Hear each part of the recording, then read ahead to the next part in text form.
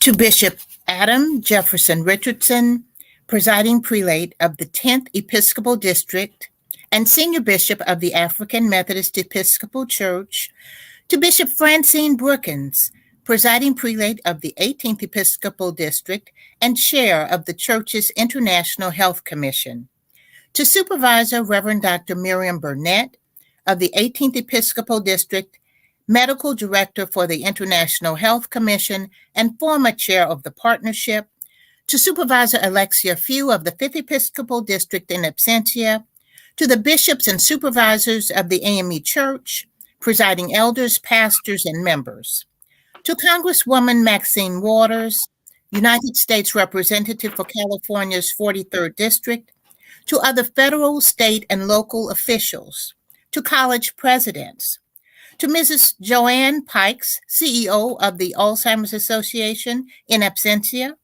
to Dr. Carl Hill, Chief Diversity, Equity, and Inclusion Officer for the association and their staff, to you, our esteemed audience, good afternoon. I am Rosalind Thibodeau Goodall, and I have the distinct privilege of serving as chair of the National Partnership between the AME Church and the Alzheimer's Association, and as chair of the 3rd annual Connectional Purple Sunday. Purple Sunday is an outgrowth of our dilemma during the height of COVID to be able to implement a Purple Sunday service throughout our Zion. So we decided to have a virtual program.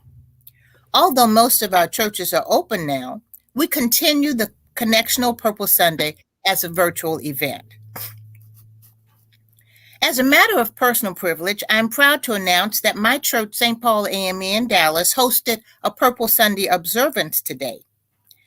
Thank you, Pastor Kevin Hodge, for your continued support of our work. I would be remiss if I didn't mention and acknowledge the support of my bishop, the senior bishop of the AME Church, Bishop Adam Jefferson Richardson, who made sure that all members of the 10th Episcopal District knew about today's program, and his message facilitated the registration process. Thank you, Bishop. We remain grateful for those churches who observed Purple Sunday today, and we have been receiving pictures all day long. We ask that you forward those pictures of your observance to our email address, which will be placed in the chat. Today's program promises to be both educational and informative. Connectional Purple Sunday is hosted on many platforms: Eventbrite, Facebook, YouTube, and the Health Commission's website. We hope you'll share the recording with those who need the information. We place the program in the chat. However, for your convenience, I'll read it. Mrs. Virginia Harvin will bring our opening prayer. Bishop Francine Brookins and Bishop Adam Richardson will bring greetings. Dr. Carl Hill will introduce Reverend Dr. Miriam Burnett, who will talk about the partnership, and she'll introduce Mrs. Leslie Thompson of Grant AME and Mrs. Tia Delaney Stewart of the California Southland chapter, who will discuss their partnership. Ms. Diane Milner of the Wisconsin chapter will introduce Reverend Joy Gallman, pastor of St. Mark AME in Milwaukee, Wisconsin, who will join us via video and speak on powerful partnerships. Ms. Beverly Berry, who's the Director of Diversity, Equity, and Inclusion for the Alzheimer's Association and their coordinator for this partnership, will introduce Ms. Kamika King, who is a licensed music therapist. She'll explain how music impacts the lives of those living with dementia. We are fortunate that Congresswoman Maxine Waters thought it not robbery to stay after church and join us today. She will be speaking to us from Grant AME Church in Los Angeles, California, where she attended Purple Sunday. Presiding Elder Raymond Bryant will introduce Dr. Monica Parker of the Emory University's Alzheimer's Disease Research Center, who will share Alzheimer's research information. Supervisor Christy Davis Jackson of Georgia and her missionaries have been very involved with Dr. Parker's work for many years. Ms. Rosalind Reese of the Colorado chapter will introduce Mr. Christopher Likes, who will tell us why he is an Alzheimer's ambassador and advocate. And as a special treat, we'll see a video that was done by his hometown on his caring for his grandfather, who has since passed on. We pray that you'll be blessed by today's program, and thank you again for joining us. Now, Mrs. Harvin. Let us pray. O God, our God, how majestic is your name in all the earth. We gather to acknowledge your presence today in this electronic platform as our refuge, our fortress, and our God. Thank you for the manifestation of your glory. We thank you for every participant, every listener, every leader, every effort that has gone forth in preparation.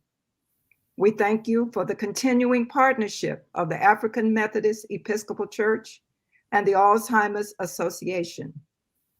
We pray for the Bishop's Council of the AME Church, for every presiding elder, pastor, clergy, and lay member. We pray for the chairpersons, directors, executive leadership, and foot soldiers of the Alzheimer's Association. We give thanks for the vision that you revealed to Rosalind Thibodeau Goodall and for her loving faithfulness in bringing Purple Sunday forth. For those who have diligently supported that vision the last 2 years, this year, and for years to come. We thank you for Reverend Dr. Miriam Burnett, Medical Director of the International Health Commission, and the officers and members. You are a God of body, spirit, heart, and mind.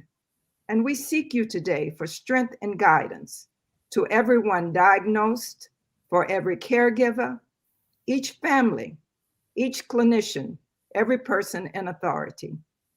We pray that all presentations are a testimony and tribute to your goodness in developing research and clinical practices to address Alzheimer's and all dementias. Oh God, hear our plea. Let the work not end when this session ends. We thank you, Lord, for victory. Amen. Amen. Amen.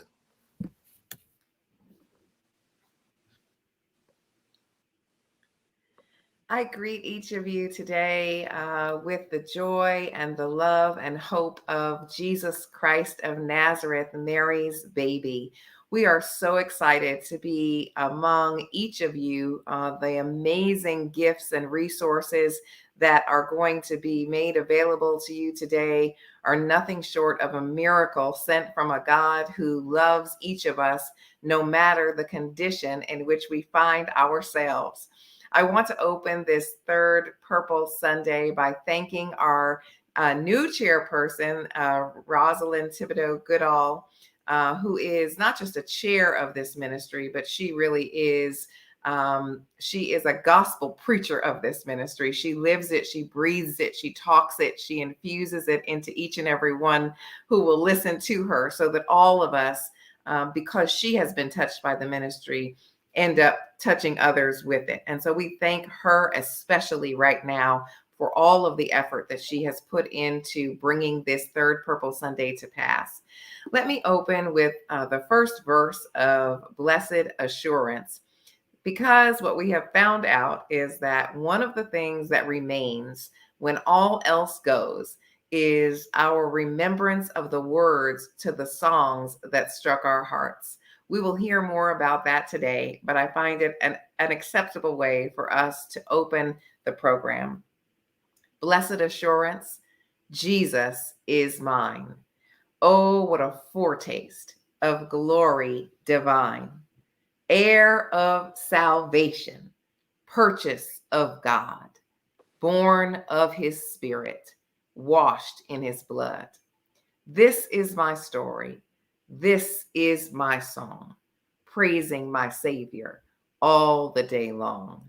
This is my story, and this will be my song, no matter what happens as my mind begins to fade and as our loved ones' minds begin to fade.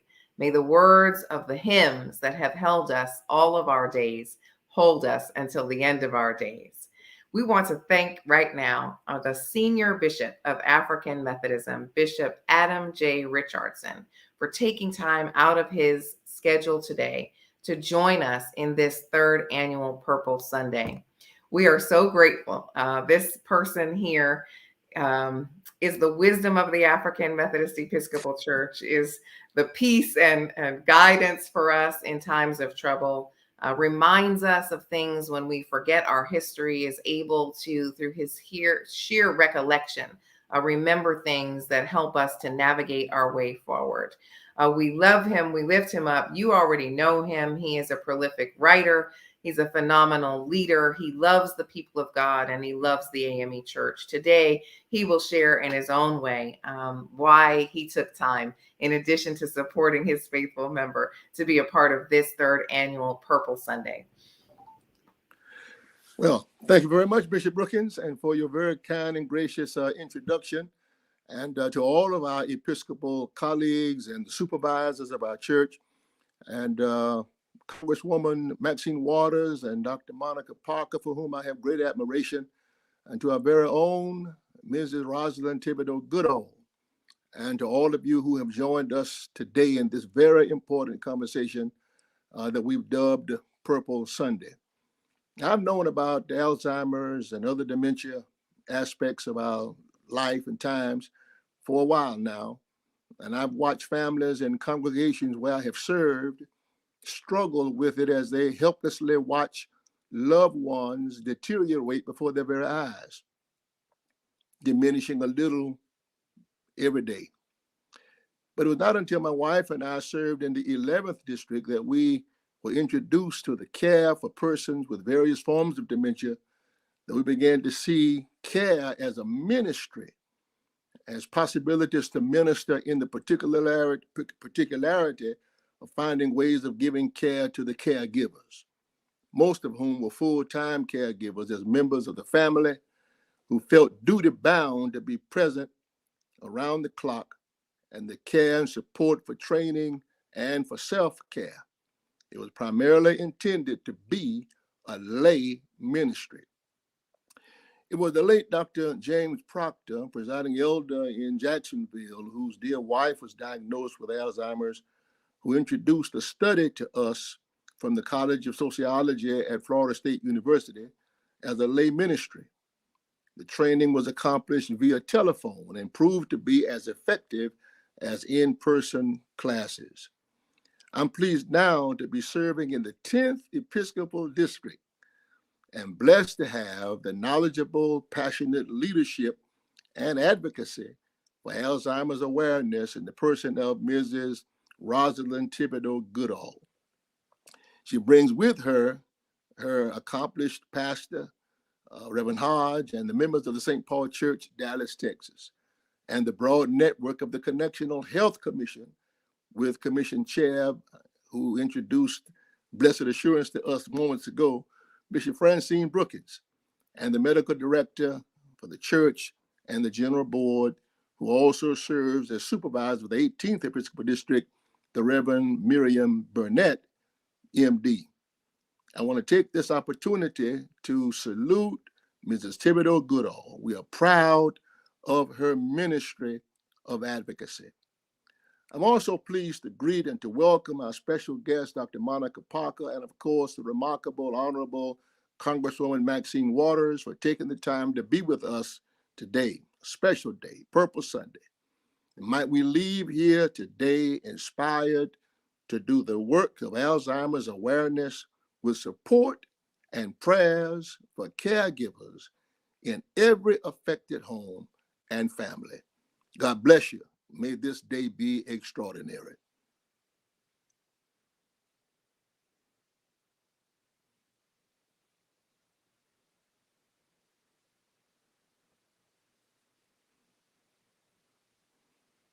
Sunday. We're really excited.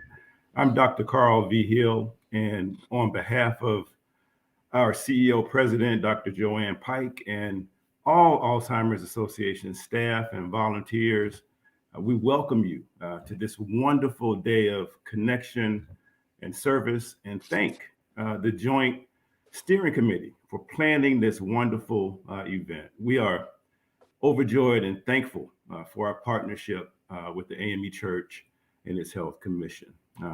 We pray and hope that those who are in need will hear something today that gives them hope for their journey with Alzheimer's or another dementia.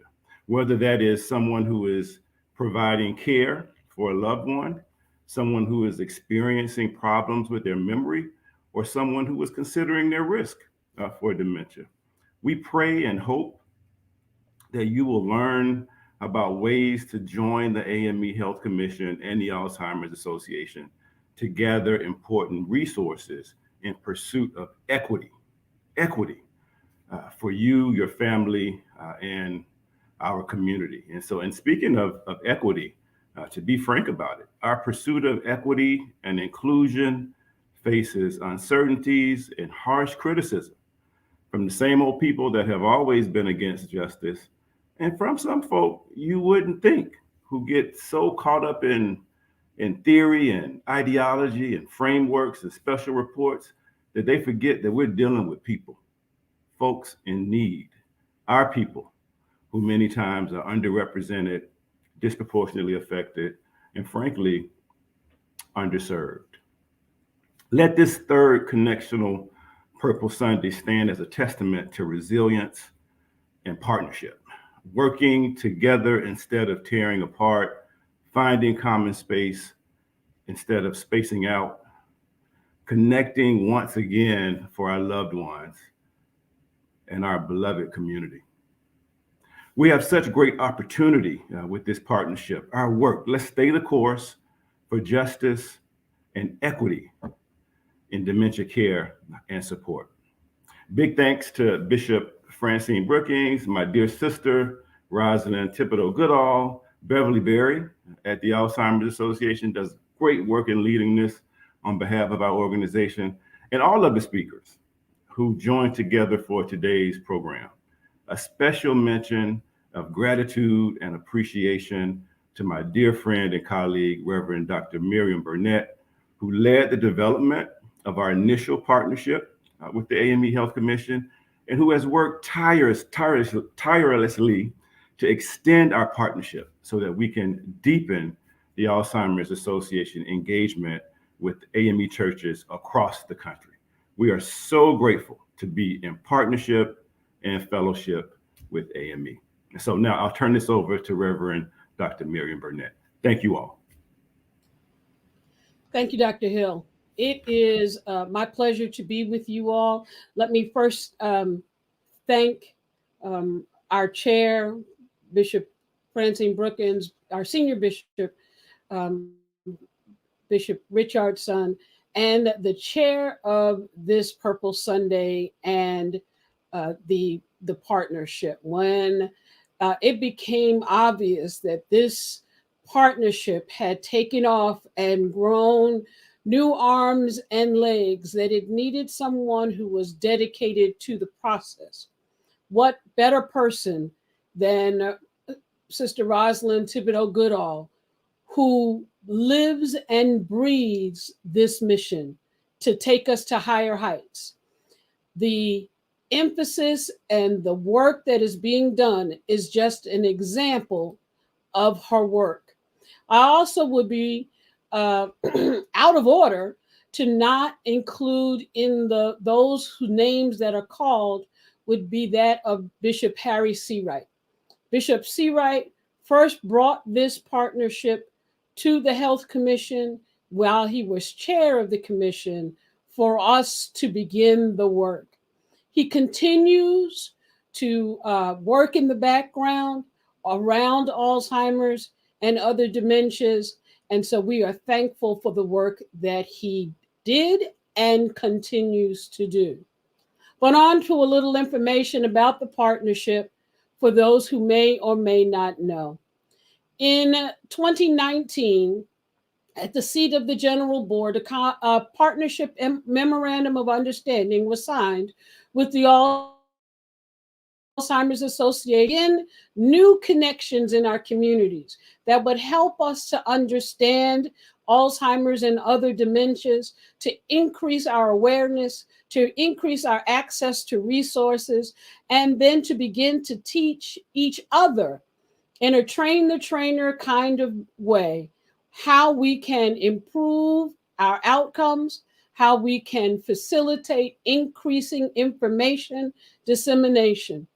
Over those 3 years, that partnership began to grow with the inclusion of not just the steering committee, but the steering committee began to grow. And so there are now several parts of that partnership and several parts of the steering committee that you will hear more about as the day progresses. It's important to note that that 3-year partnership, a 3-year MOU, has now grown to what is now 7 years in total. No, that would be 8 years. 3 plus 5 is 8. 8 years of a continued process that we expect to grow globally. One of the things that the Alzheimer's Association brings to the table is that the investigational and clinical trials are being done all around the country, as well as all around the globe. There are partners around the globe who are not technically a part of the Alzheimer's Association, but are connected through their trial and investigation work. And therefore, as we move into the next 3 to 4 years, we will be actively engaging those from around all 20 Episcopal districts, because we find that in all 20 Episcopal districts, there are clinical trials underway. Where there are clinical trials, we can have increased information dissemination. We can dismiss some of the myths that are about the disease and the disease process. We can educate our people so that we can become empowered and prayerfully begin to address the causes, so that the causes we can eliminate. Maybe we can achieve some elimination of the process called Alzheimer's and other dementias. We need to find new ways of looking at risk reductions and facilitate trial participation across the African diaspora. Our communities and our community forums are a great part of that endeavor. And so as we move on so we could learn more and more, we ask now that you continue to seek ways to become engaged and to become involved in the partnership. Reach out to your local chapters. The chapters of the Alzheimer's Association will be reaching out to you. You'll hear examples of that today. And just one of those examples is what is happening in Southern California. And we thank Supervisor Few, who could not be with us today because she is with Bishop Few in a very important session today as well. And so Leslie Thompson and Tia Delaney Stewart are going to present for us what the partnership looks like in Southern California. Sister Leslie Thompson is a member of Grant AME, where the Reverend Timothy Costin is the pastor. She's retired from the U.S. Postal Service. She is not retired from work. She is an active member of the Willie B. Webster Women's Missionary Society at Grant AME.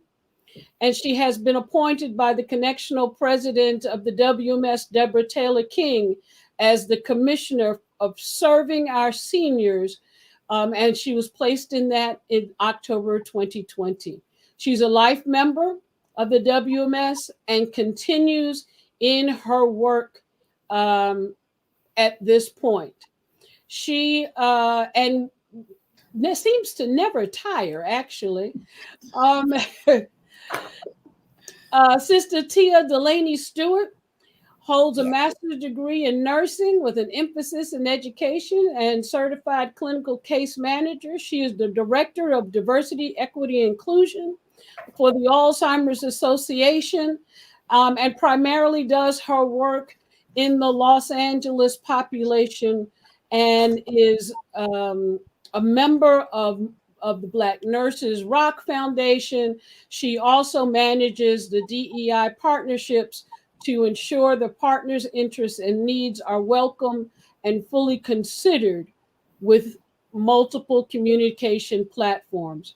It is my pleasure to turn us now over to Sister Thompson and to Sister Tia Delaney Stewart. Thank you so much. Thank you, Reverend Barnett, for that introduction. I am reading this on behalf of Supervisor Few and Bishop Few, who had business to take care of in the 5th District. She thought it not robbery to just write something out in relations to this so that we would not miss what is going on in the 5th Episcopal District. It says, thank you to Bishop Francine Brookins, presiding prelate of the 18th Episcopal District, to Senior Bishop Adam J. Richardson in the 10th Episcopal District, to Reverend Miriam Burnett, supervisor for the 18th Episcopal District, Mrs. Rosalind Thibodeau Goodall, who is the chair of the African Methodist Episcopal Church Alzheimer's Partnership Steering Committee, and to Congresswoman Maxine Waters, who I saw today at church. Thank you so much for attending this meeting also. We, the 5th Episcopal District Women's Missionary Society, would like to thank the National Alzheimer's Association and especially the Alzheimer's Association California Southland for the unique opportunity to learn how to work jointly with you to provide support to patients, caregivers, and families that are affected by Alzheimer's. In the fall of 2020-2021, our bishop's quadrennial theme was Think Big.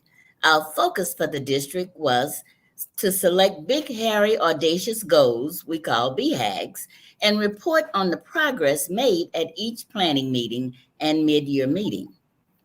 The final report of success will be made at the district's 2024 mid-year meeting. In 2021-2022, our BHAG goal was to raise funds for Alzheimer's Association.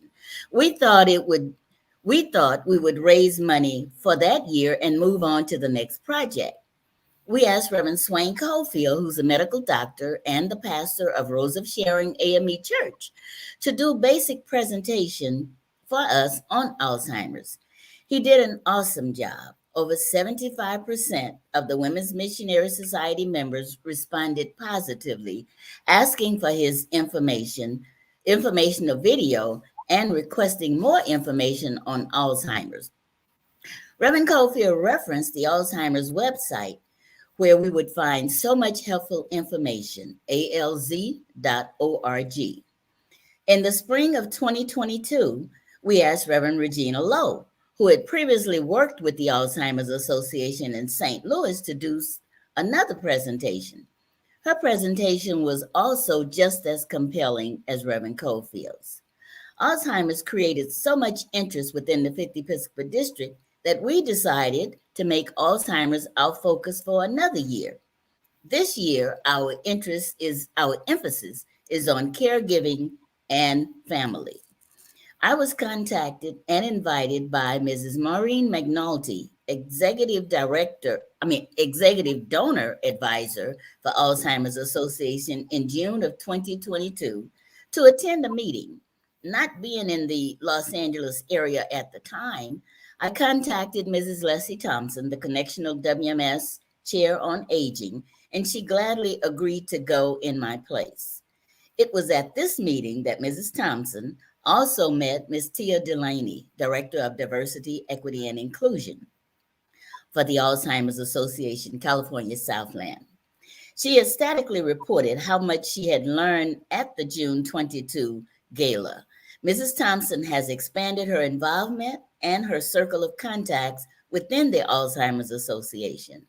I, too, have also had the pleasure of meeting Ms. Maureen McNulty, Ms. Delaney, and other officers within the National and California Southland Alzheimer's Association. In September of 2022, the 5th Episcopal District Women's Missionary Society made an $8,000 donation to the National Association, and the Southern California Conference Women's Missionary Society also made a donation of $2,486 to the Southern California chapter. Professionally, I am a registered nurse. One of my positions was Director of Nursing at a long-term care facility with the Alzheimer's unit. I made it a point to get to know all patients and their families in the facility. I also enjoyed the Alzheimer's patients with whom I could converse. I learned some of their histories. It was fascinating that they could remember in detail most of those events. One of our focus points for 2023-24 will be to encourage families to record some of these stories as told by their loved ones. It is an excellent way for family members to know their history. The 5th Episcopal District Women's Missionary Society plans to continue its work with the Alzheimer's Association. We have several families affected by Alzheimer's, and now they know that they have somewhere to turn for understanding, assistance, and support. This is from Supervisor Alexia Butler-Few. Thank you so much, Lexi, for reading that on behalf of Supervisor Alexia Few. I am Tia Delaney Stewart, the Director of Diversity, Equity, and Inclusion for the Alzheimer's Association California Southland Chapter, and I am both honored and humbled to be here today. It's really a blessing, and I thank you, Bishop Francine Brookins, Reverend Dr. Miriam Burnett, and Sister Rosalind Thibodeau Goodall for entrusting me to be a part of this third Connectional Purple Sunday event. So let me share a little bit about the purpose of Purple Sunday. So as we outlined earlier, this partnership has been a truly intentional collaborative effort, and Purple Sunday is a way to celebrate this partnership and give praise to God for blessing our journey together as we person by person, church by church, district by district, deliver information regarding the impact of Alzheimer's disease in the Black community and communities served by the AME Church, the importance of early detection and how to attain quality care for an accurate diagnosis, and the necessity of having faith-based voices speak out in the areas of advocacy, research, and access to equitable care for those whose voices often go unheard. Now, in talking about our partnership together, I just recently joined the association in late January of 2022.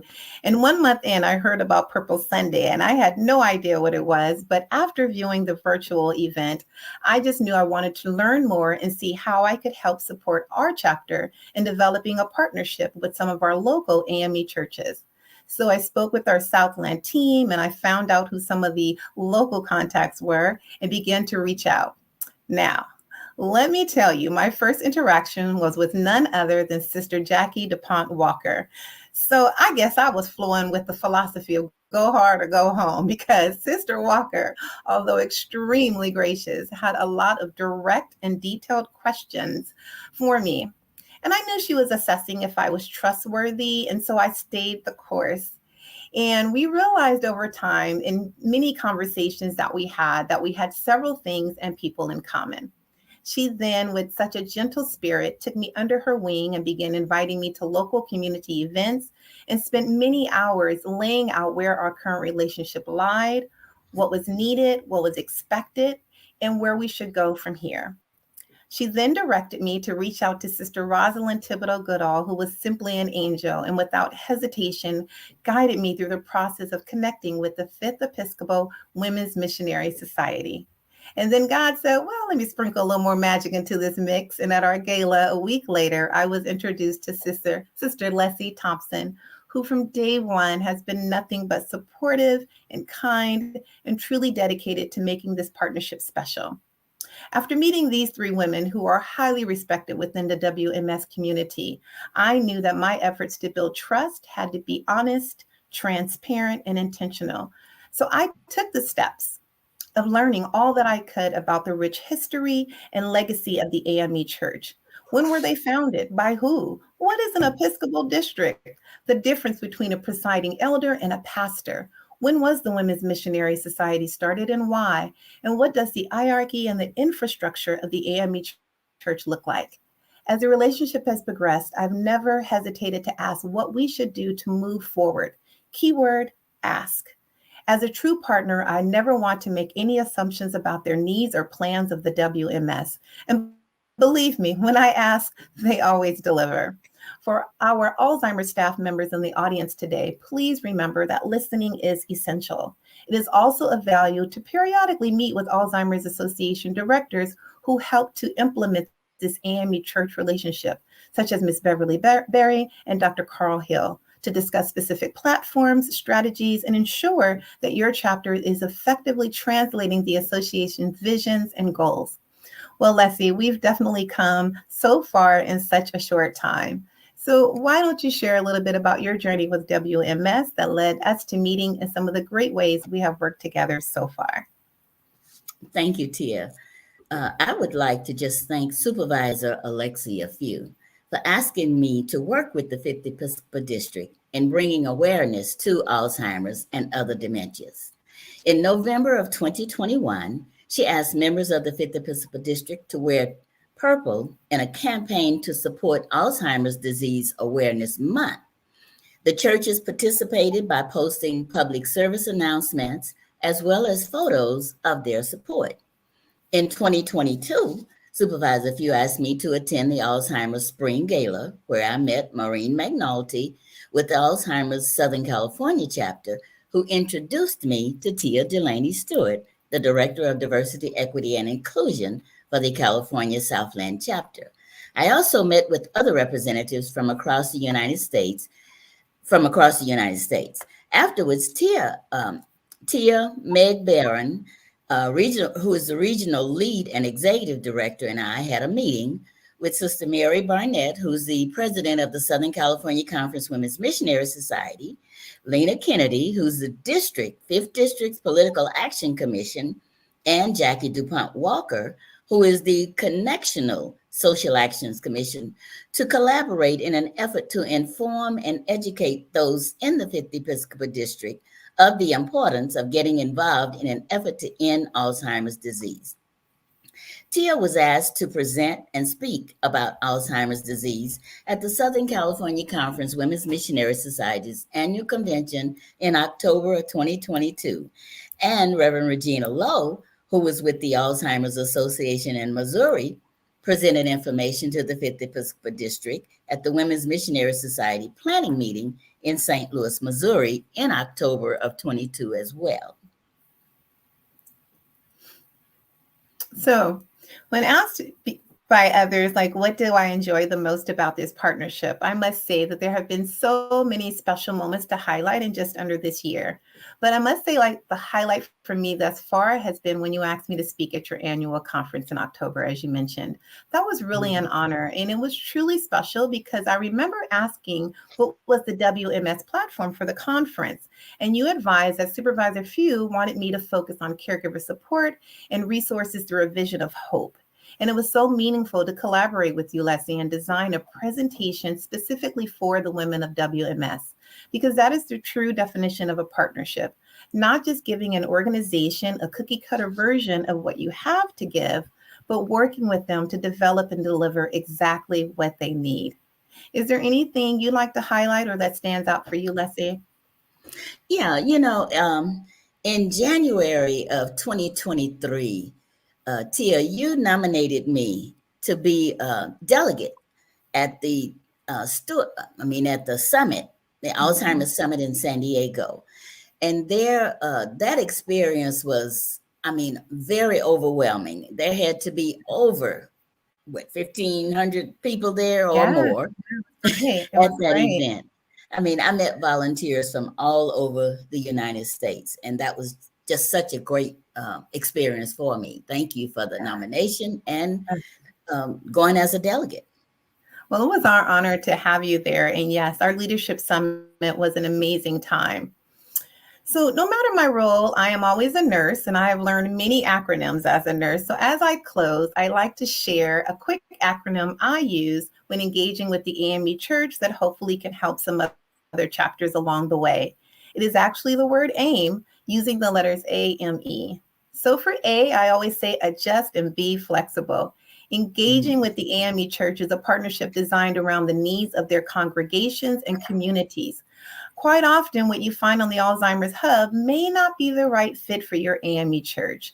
So be flexible and know you may need to change the verbiage, the pictures, and use culturally appropriate language for their members, because we all know the cookie cutter planning results in poor outcomes. Therefore, our goal should always be less focused on our personal intent and more focused on our collaborative impact.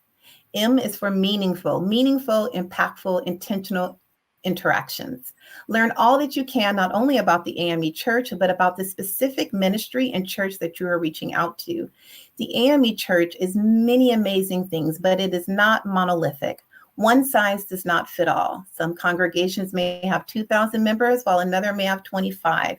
So ask, listen, and ask some more to create meaningful and impactful partnerships. And E, evaluate the partnership along the way. Awareness and education is often where the partnership begins, but globally, the AME Church has over 2.5 million members. Can you imagine that? And they represent every walk of life. So take the time to assess if and when your AME partner is ready to expand into volunteering, developing support groups, advocacy, research, and fundraising. There is absolutely no limit as to where this partnership can go and how impactful we can be delivering messages of hope. Hope to those living with Alzheimer's disease, hope to those caring for someone with Alzheimer's disease, and hope to those at risk for developing Alzheimer's disease. The Alzheimer's Association is powerful and impactful. The AME Church is powerful and impactful, but our God is the most powerful and impactful of them all. So together, how can we fail? Thank you again to the AME Church for having me here today to represent our California Southland chapter. And Leslie, I'll turn it over to you. Okay, as a final takeaway, Bishop Clement Few's theme this quadrennium is Think Big, with this year's emphasis on hope. He describes hope as that telescope that you look through to to see beyond what you are in the midst of. We who are involved with Alzheimer's Association have a hope for genuine interest in research, a hope for more awareness and better understanding, a hope for engagement of our churches as well as members of our community, but most of all, a hope for the cure. It's out there. We have to be involved at the table as well as in the trials for this to happen. Finally, I remember the words of playwright of Unforgettable Garrett Davis, 3 letters and a dot, alz.org. Thank you for this time to share. Bye-bye. Bye-bye.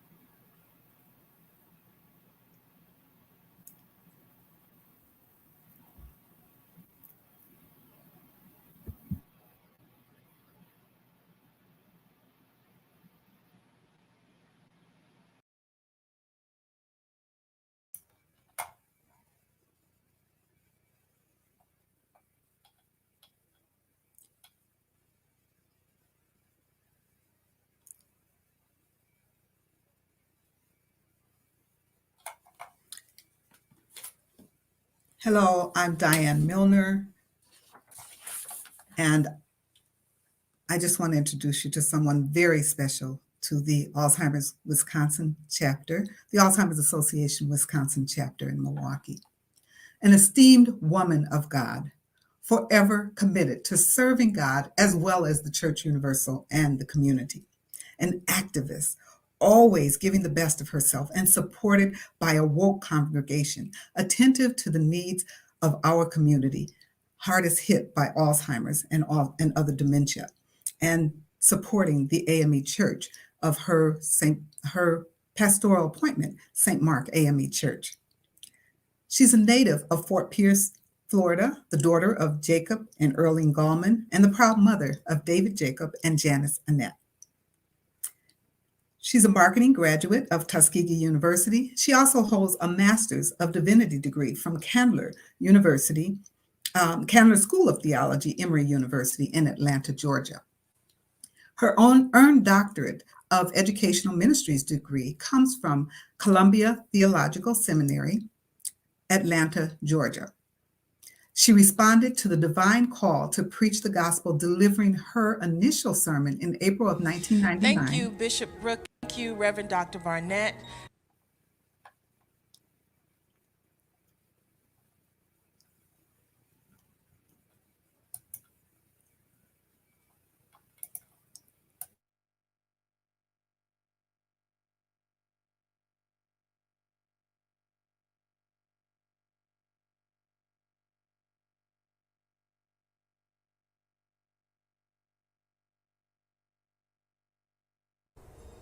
Thank you, Bishop Brookins. Thank you, Reverend Dr. Barnett, and the Purple Sunday Planning Committee for the invitation to share my story about powerful partnerships. The very same story that I shared during the National Alzheimer's Association's Community Leaders Summit in San Diego. Sitting at a members' cookout, I actively listened to the lament and the laughter of a semi-retired professional, a mother, a wife, a grandmother, and daughter navigate the nuances of caring for her mother living with dementia. I'd heard her ask for prayer on the morning prayer call, but I hadn't heard her until that moment at the cookout. I was listening, and listening is powerful, but I realized I had no resources to offer her. A once active couple at the church wasn't quite as active after COVID. They come to the altar for prayer one Sunday, but when I asked what they would like me to pray for, they couldn't answer. Only later did I discover that they were struggling with memory issues when they moved into a memory care facility. I had been their preacher, I had been their priest, but I hadn't been their pastor. I felt ill-equipped to guide, to support, to advocate for a significant portion of the congregation God had called and charged me to care for. I needed a partner. The community I serve needed a partner. Partnerships are powerful. Partnerships have the power to allow us to move further, faster. Partnerships are powerful in the way that they expand our knowledge base. Partnerships are powerful in the way that they can expand access to services and access to life-changing information. Partnerships can be powerful in the way that they give us access to new perspectives and resources. Partnerships are powerful in the way that they allow us to bear one another's burdens, to share financial burdens, spiritual burdens, physical burdens, emotional burdens. Partnerships are powerful in the fact that they allow us to add volume and depth to our advocacy voice. Partnerships allow us to move more efficiently and effectively. The church that I pastor, St. Mark African Methodist Episcopal Church, has a long history and legacy as a congregation that embodies shifting the narrative, reducing shame around sensitive subjects, around justice. St. Mark African Methodist Episcopal Church in Milwaukee has a long history and legacy, which allows us to share access to credible information, care, and research. St. Mark African Methodist Episcopal Church in Milwaukee and the Wisconsin Association formed a powerful partnership not 15 months ago. Our powerful partnership offers both parties the opportunity to reach more people, share resources and magazines and church fans, and don't underestimate even today the power of a church fan. It gives us access to wristbands and warning sign inserts and the 1-800 number.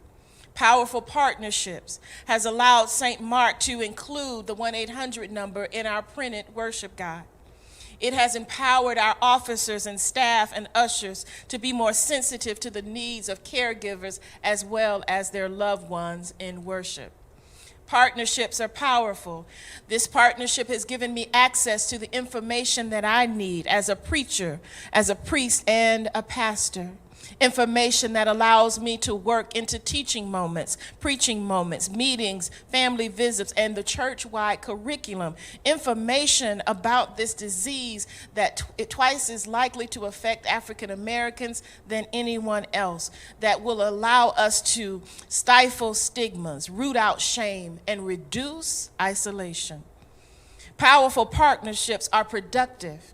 The 4th Episcopal District, under the leadership of our beloved John Franklin White and his lovely wife, Supervisor Penny White, and the Wisconsin Association, has allowed us to participate in the 2022 as a district Connectional Purple Sunday. The Wisconsin Association has presented at the Bishop's planning meeting, and the Illinois Association has presented at the 4th Episcopal District mid-year convocation. 4th Episcopal District, if you're here with us today, please give Bishop and Supervisor a shout out in the comments. Amen. Partnerships are powerful and productive. St. Mark AME Church, St. Matthew CME Church, and the Wisconsin Association, under the leadership of Diane Beckley Milner, the Director of Diversity, Equity, and Inclusion of the Wisconsin chapter, planned and executed a successful Care for the Caregiver and a Date for Me event. Additional partners included AARP, All of Us Research Program, the University of Wisconsin, the Badger. At this particular event, we had chair yoga, chair massages, low impact Zumba, spoken word, and powerful speakers, and the best goodie bags this side of glory. Partnerships are powerful and productive. On March 7th, a caravan left St. Mark AME Church here in Milwaukee and headed to the Capitol for Advocacy Day, and we had all age groups represented. A snow day delayed our African American history program here in Wisconsin, but we were delayed but not denied. On March the 15th, St. Mark, the Milwaukee Times, the Wisconsin Association hosted at St. Mark Creating Connection, Partnerships, and Hope event for families impacted by dementia. The event connected families and community leaders to information, resources, support, and research. Partnerships are powerful and productive, but partnerships just don't happen. Powerful, life-transforming partnerships just don't happen.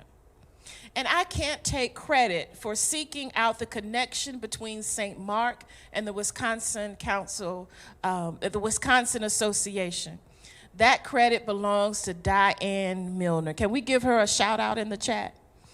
She called, she emailed, she left notes, she knocked on all the doors of our church, and we've got a lot of doors.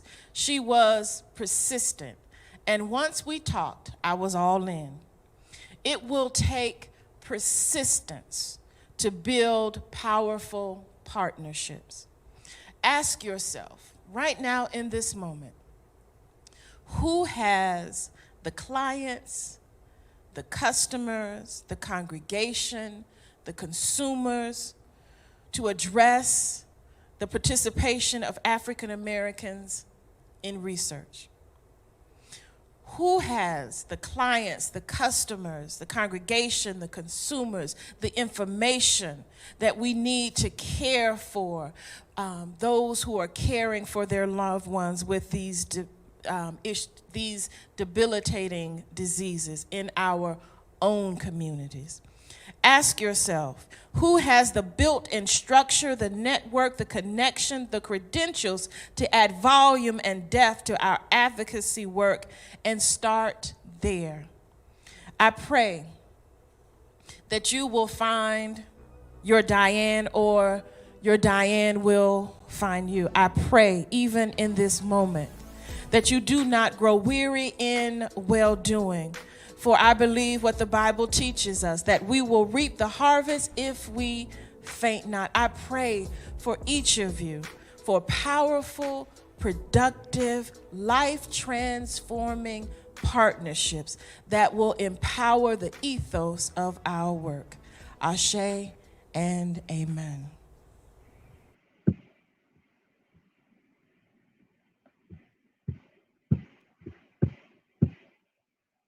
Good afternoon, everyone. I hope that you all are enjoying Purple Sunday as much as I am.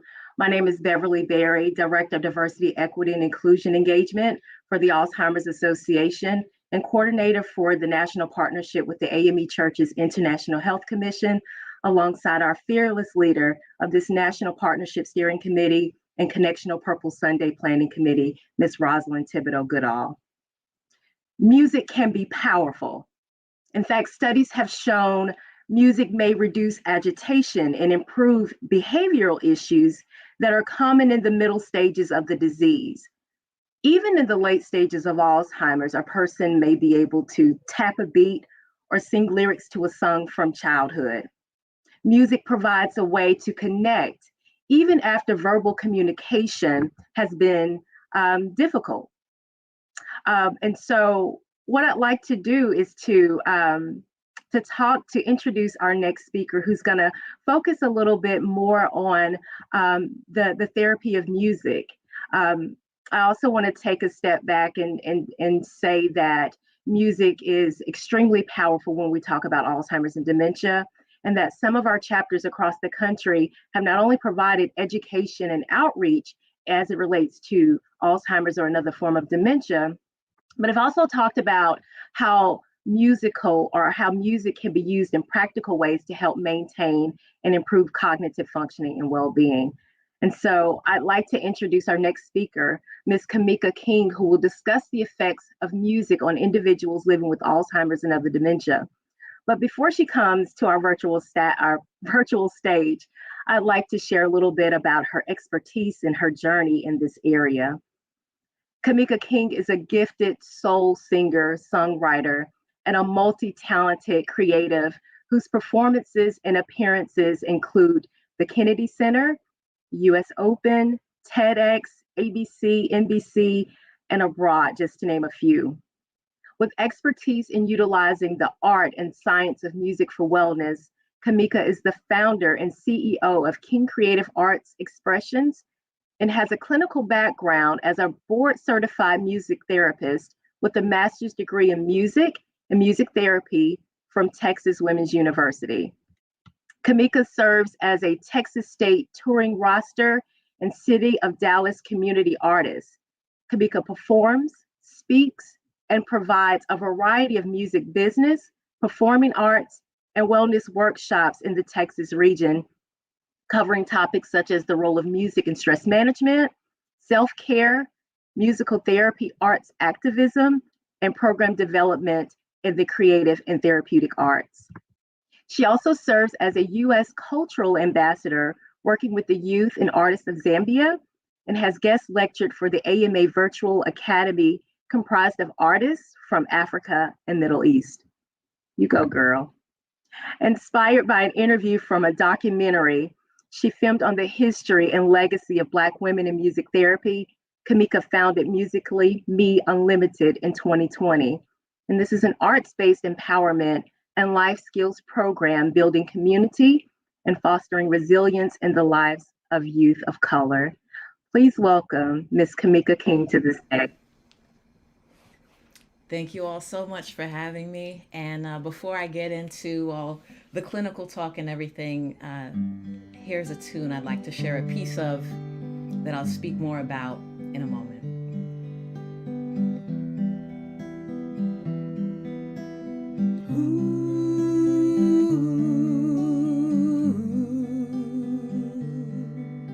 The stars in the sky remind me of why I live, I love, I dream. The future is bright as I look towards the sky. I live, I love, I dream. Never give up, Orin. You've got a chance to win. Never give in, you can win. Just hold on. Even when times get rough, you can still overcome. Never give in, you can win. Just hold on. The stars in the sky, they remind me of why I live, I love, I dream. The future is bright as I look towards the sky. I live, I love, I dream. I live, I love, I dream.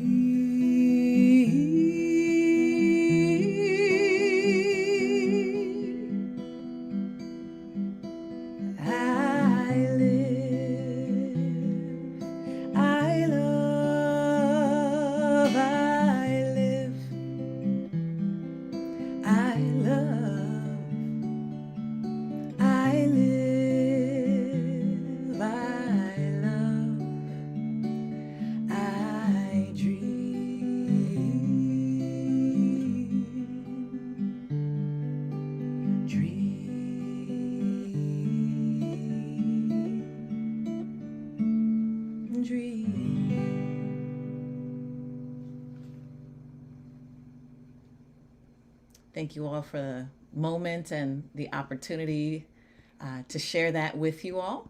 Thank you for the lovely introduction as well. That song is Live, Love, Dream, and one that I've used in a plethora of clinical spaces, including, I hope as you listened, you had a moment to take a deep breath, and something that I generally would do if that's a necessity and something that is a goal, is cue some breathing as a part of that. And the beauty of music, and as a music therapist, utilizing it in a live fashion, that I could speed it up or slow it down or cue a breath So let's take one together, breathing in and out.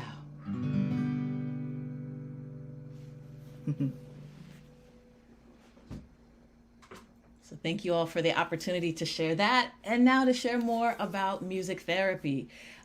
Clinical music therapy, in its most simplest form to describe it, is the use of music and music-based interventions within a therapeutic relationship between a client and a board certified music therapist. So there are many ways that we have connections to music and ways we use it and ways we feel its therapeutic benefit. There's also an allied health profession called music therapy. So in order to enter that, you will have a bachelor's in music therapy at minimum. Could be a master's like I have, or up to the PhD level as well. And not only have you obtained that particular degree, but you also have obtained or successfully maintained your board certification credential as well. So both of those two components are what's needed in order to practice. So I see that there was a question. Okay, questions in real time. Is that song available to purchase copies? Absolutely. It's called Live, Love, Dream. It's available on streaming platforms, and pretty soon I'll be putting it up on the website as well for individual purposes for folks who might like to support that way. So thank you for that question. So yes, you want to make sure that anytime you're engaging with someone that's saying that they're doing music therapy or are a music therapist, that you've got those two credentials and the degree, credential and the degree going there. So when it comes to this particular space, music therapy with people living with Alzheimer's and other dementias, there is a holistic approach that we're assessing. There's an assessment and treatment planning and a data process, and we don't have enough time to go into all the minutia of that. But just know that it's a holistic process where we're assessing for the individual's strengths as well as what the needs are, and devising ways to help support things like mood, cognition, behavior, mobility. Music is powerful, and you all alluded to it so beautifully earlier. It's powerful in that it's not just located in one part, like speech. You've got the part of the brain that speech is activated, and that can often be impacted over time with Alzheimer's and other dementias. But music actually activates the entire brain. So it's lighting up both hemispheres, and where other tissues may be damaged, there's still those long-term memories that can be accessed. And music is one of the things that they found. There are ways to engage through music still, that the lyrics of a song may be present, whereas you maybe haven't been able to have a conversation with your loved one for quite a long time. During my training, I saw that early on. We walked into a facility, and the music therapist at the time that I was training under, we started in, it was a group session, and she brought a hymn. We played a hymn, and I saw a woman that I had seen for weeks and weeks and weeks, whose head was down. She seemed pretty much withdrawn, didn't usually engage in any way. Whatever, I don't recall now, it's been years, whatever the hymn was, she picked her head up and started singing along, and in that moment had that opportunity to connect. And those are some of the things that, without the music therapist credential or degree or anything, anybody can engage a loved one by thinking about what are the songs that, back in the day at the cookout that we used to play, or their favorite song. How can you bring back some of those to help bring back some stories they may tell, some positive memories? Or I've even had some colleagues share with me some non-music therapy work that I had done while I was in school for music therapy. I was talking to a colleague, and she said, "Oh, my mother is in a home. She's got dementia. And, I haven't really been able to connect with her, and health is declining." And I gave her that tidbit. Think about maybe when she was, in her early 20s, what music did she listen to maybe in high school or in early adulthood? Maybe you can play those things. And she reported back this beautiful story of, I played the music, she lit up, and I was able to have this conversation just for a moment. Now, that's not a guarantee, but those are some of the things and some of the ways that anybody can engage with a loved one, a caregiver, in music. Now, going back to the music therapy side of things, there's a time to be aware as well. Sometimes certain songs may have negative memories associated.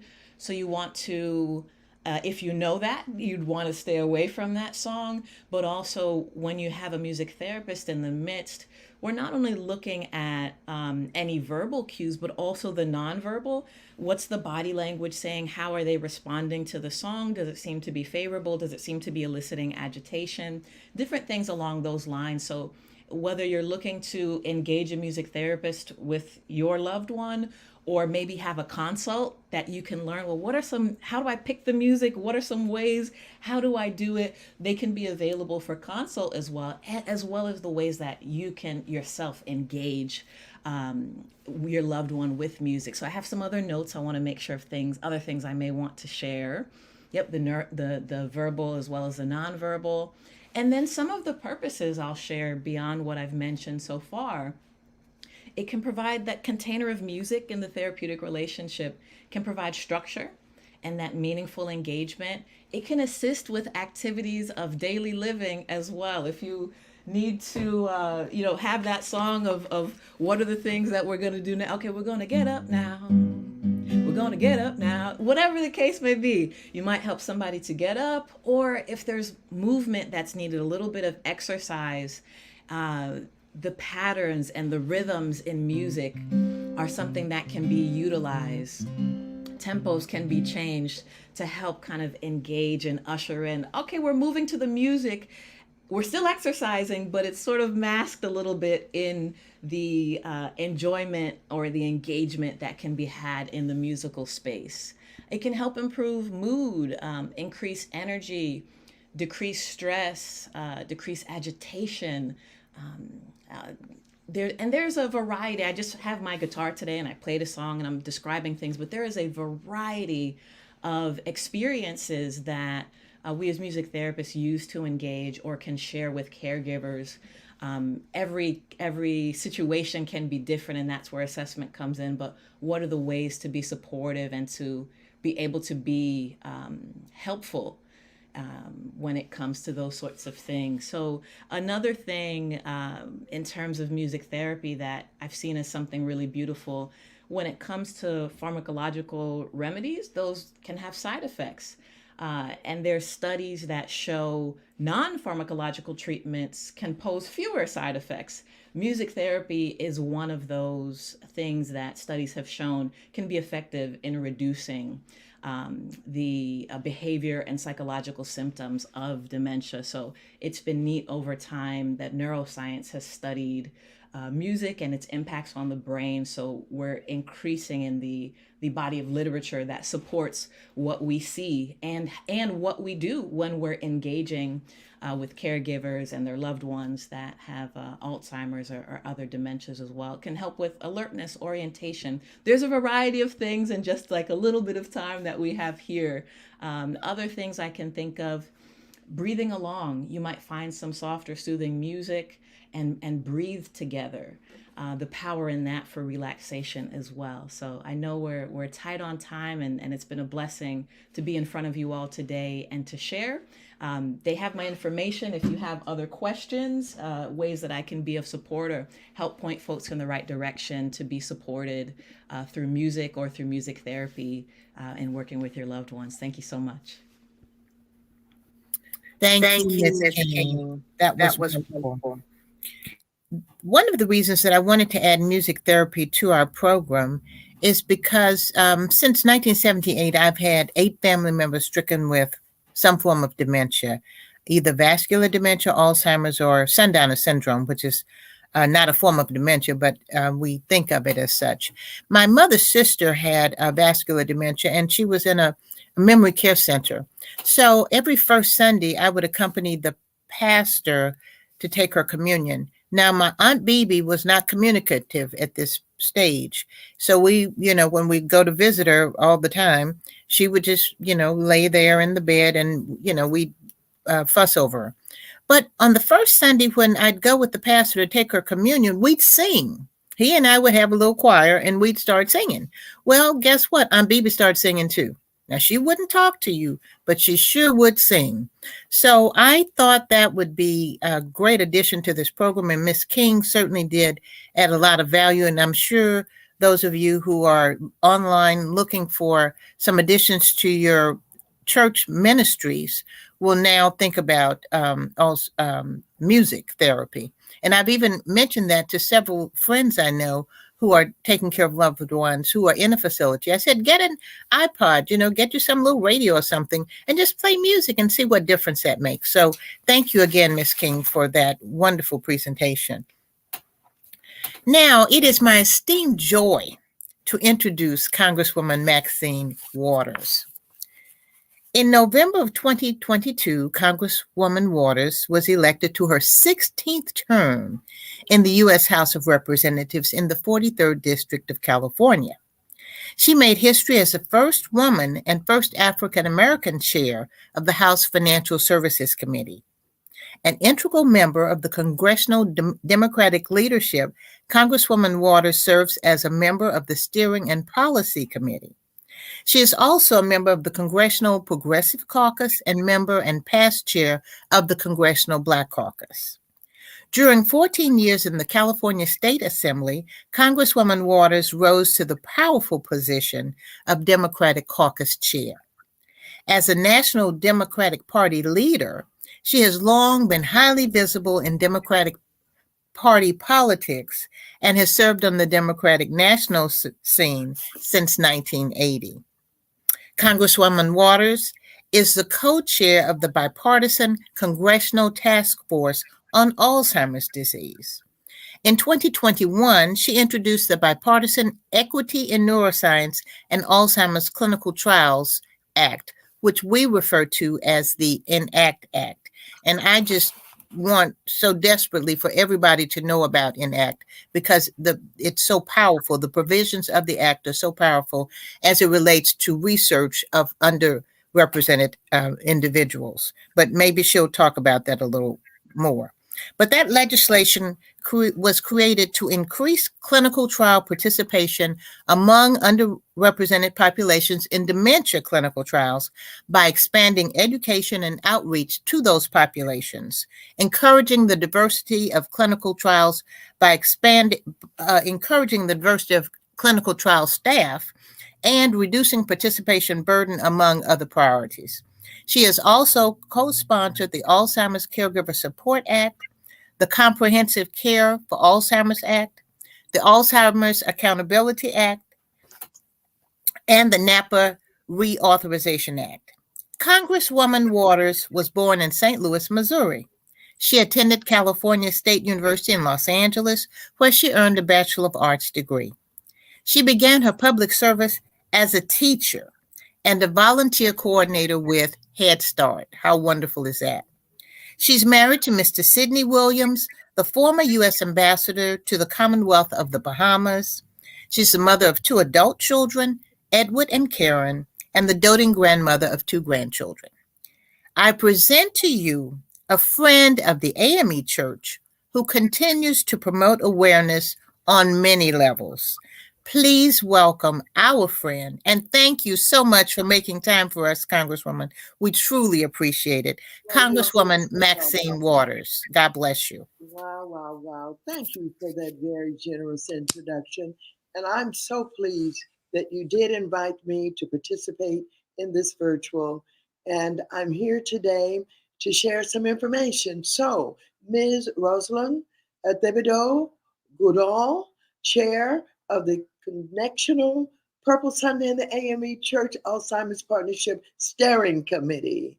You have provided great leadership. And again, I thank you for inviting me here today. So I want you to know that I'm here at Grant AME Church in Los Angeles. I was scheduled to be here today at Grant because I had a wonderful presentation to make to them. And it was a $4 million presentation for the development of affordable housing to continue to do the kind of work in this community that they are known for. So I'm with the AMEs this morning, this afternoon, and I'm so pleased to be with you all. The Congressional Task Force on Alzheimer's disease and the former chair of the Congressional Black Caucus, I'm so proud to be here for the AME Church's third annual Connectional Purple Sunday. I'm especially proud of the AME Church and the Alzheimer's Association for forming this partnership to raise awareness of Alzheimer's disease within the African American community. For almost 20 years, I have worked alongside the Alzheimer's Association to promote policies that will advance Alzheimer's research, develop treatments, and improve the quality of life for Alzheimer's patients, their families, and their caregivers. Together, we have made considerable progress in these goals over the past several years.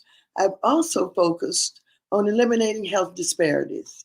This is especially important for Alzheimer's disease, which disproportionately impacts Black and Latino older Americans. African Americans are about 2 times more likely than whites to have Alzheimer's and other dementias, and Latinos are about 1.5 times more likely than whites to suffer from these conditions. We have made considerable progress. Funding for Alzheimer's research at the National Institutes of Health has undergone a 6-fold increase in 8 years, from a modest $586 million in 2015 to a robust $3.7 billion in 2023. The advocacy of the Alzheimer's Association and all of its members around the country have been critical in helping me to mobilize support for research among my colleagues in Congress. Of course, research is critical, but it's not enough unless diverse communities are represented in research studies. Unfortunately, that is not usually the case. The Alzheimer's Association reported that in 2018, across all clinical drug trials, not just Alzheimer's, African Americans represented only 5% of trial participants, and Latinos represented only 1%. That is despite the fact that we represent 13% of the population, and our Latino brothers and sisters represent 18% of the population. Furthermore, a study in 2016 found that among 10 recent Alzheimer's studies, only 2 of them had recruited a sufficient number of Black participants. When minority populations are underrepresented in clinical trials, it absolutely limits our understanding of how new drugs and therapies could affect us. So that is why I joined with my colleague, Congresswoman Lisa Blunt Rochester, as an original co-sponsor of her bill, the Equity in Neuroscience and Alzheimer's Clinical Trials. This bill seeks to increase representation in Alzheimer's clinical trials among African Americans and other traditionally underrepresented groups. The bill would provide funding for the National Institute on Aging to increase the diversity of clinical trial staff, expand outreach, and build trust among underrepresented populations. It would also reduce the burdens associated with participating in clinical trials by increasing the number of clinical trials in areas with high concentrations of underrepresented populations. Needless to say, treatment, care, and support are also important for Alzheimer's patients and their families. And that is why I also work to expand the Missing Alzheimer's Patient Alert Program, which is now called Kevin and Avante's Law. This program is to protect Alzheimer's patients, disabled children, and other Americans who wander so they can be returned safely to their homes. Last fall, I introduced H.R. 8907 to reauthorize this program, and it was passed and signed into law after being attached to a larger bill. Finally, I introduced the Alzheimer's Caregiver Support Act, a bill to expand training and support services for families and unpaid caregivers of Alzheimer's patients. The bill requires consultation with the Office of Minority Health to ensure that minority populations will absolutely share in the benefits of the program. Hmm. This bill was supported by 179 members of Congress representing both political parties, and I plan to reintroduce it in this year. Let me just say before I go on that caregivers now are members of the family. Mhm. Children who perhaps cannot go to work because they're caring for their mother or their father or their grandparents, families that are exchanging times by which one of them will be with the victim of Alzheimer's, and their lives have changed dramatically because of it. I want caregivers to be paid. I Mhm. want them to be respected as individuals who have decided to do this as a job because they care about Alzheimer's patients. And so I'm going to work very hard. It's unfortunate that neither of our acts, the ENACT Act nor the Alzheimer's Caregiver Support Act, has passed. Did not pass in the last Congress. We must pass these bills in this Congress. More importantly, we must work together to increase awareness of Alzheimer's, prevent this disease whenever possible, and ensure that all families affected by Alzheimer's receive the treatment, the care, and support they need to live with dignity.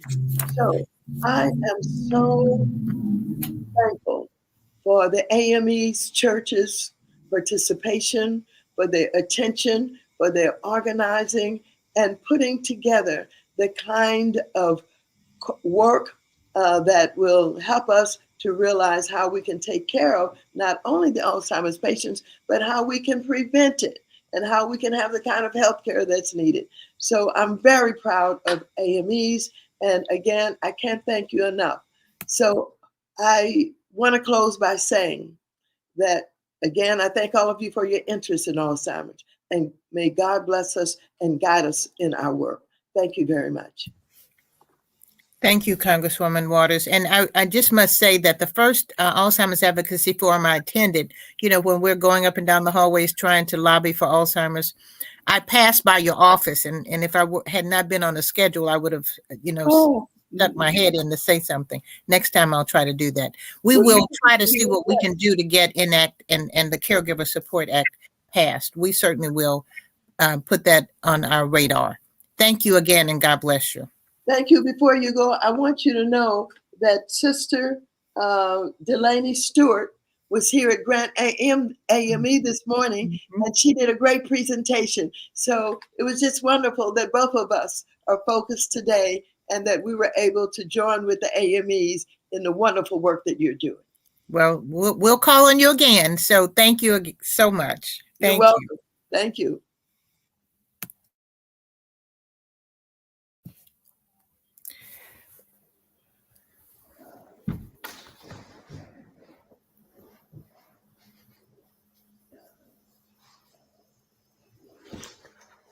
Good afternoon.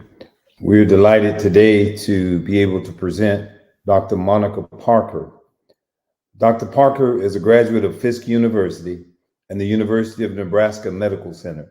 She completed her residency in family medicine at the University of Mississippi. She joined the Emory School of Medicine faculty in 1995 as medical director of the Emory Clinic of Social Circle.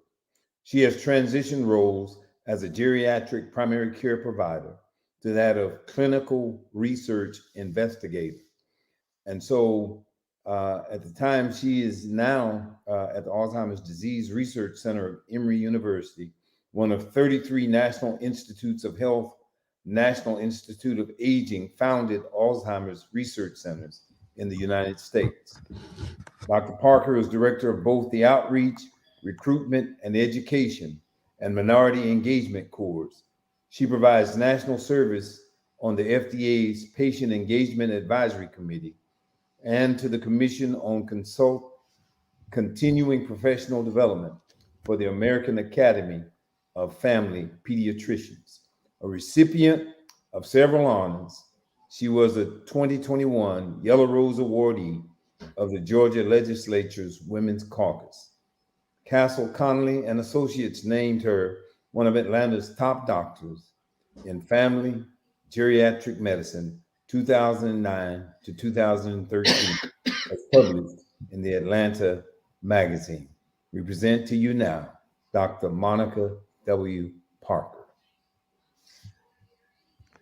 Good afternoon, everyone, and thank you so much to the conveners of this meeting, Ms. Rosalind Thibodeau Goodall, and the Alzheimer's Association. I'm a longtime member, or have been an Alzheimer's Association board member for a number of years. I'm very much aware of the work that they do, educating and supporting our community and families who are suffering from Alzheimer's. My role here today is to try to encourage you to learn a little bit more about research. Many of the speakers talked about research and how much more an advantage there is to music and other therapies. Well, we know what works to help people with Alzheimer's be a little bit more calm, what helps them to enjoy a better quality of life. Music therapy is one of those things. But the other things that are important are for you who are caregiving to become better trained and aware of the disease trajectory for whatever disease process your loved one is going through.